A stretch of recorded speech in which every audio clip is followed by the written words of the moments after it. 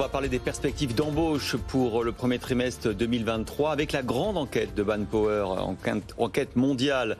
Et le président France, Alain Roumillac, est notre invité. Bonjour. Bonjour. Alors Alain Roumillac, vous n'allez pas échapper d'abord à la question qu'on pose à tous nos invités aujourd'hui. Est-ce que vous êtes dans le camp des optimistes ou des pessimistes pour 2023 ? Moi, je suis résolument dans le camp des optimistes.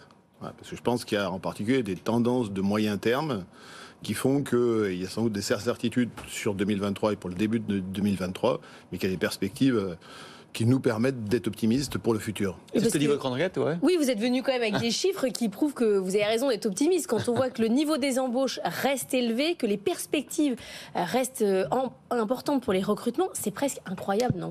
Alors c'est incroyable. Ceci étant, ça fait plusieurs trimestres qu'on pense que c'est incroyable.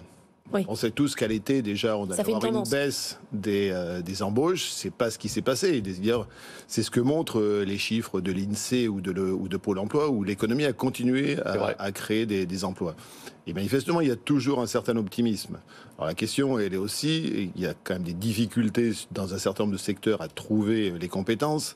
Donc, dans notre baromètre, il y a toujours sans doute un aspect un peu psychologique qui est comme j'ai des difficultés, je surestime peut-être un peu ce que je vais faire. Je fais des réserves de talent, quoi. Bah, surtout, c'est qu'aujourd'hui, en général, la plupart des entreprises, elles n'ont pas les talents dont elles ont besoin. Elles sont en sous-effectif par rapport à ce dont elles auraient besoin. Dans quel domaine, par exemple ? En particulier aujourd'hui, sur tous les domaines des cadres, de la finance, du juridique, souvent aussi des ressources humaines, dans le domaine bien sûr du digital. Il y a aussi des niveaux de turnover qui restent relativement importants. Ouais. Et il faut que les chefs d'entreprise et les entreprises soient capables de compenser déjà ces taux de turnover.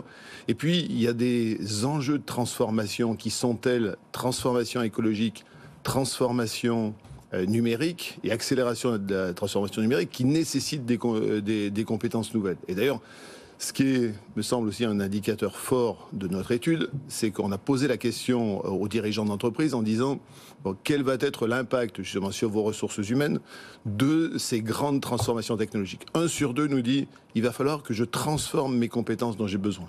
Et 43% nous disent j'ai besoin de nouvelles compétences. Et celles-là, si je veux être prêt au moment où ces transformations, je les mettrai en œuvre, il faut que j'embauche, et peut-être qu'il faut que je l'embauche en avance de phase, et peut-être d'ailleurs de façon un peu désynchronisée par rapport à ce qu'est l'évolution de ma propre situation économique.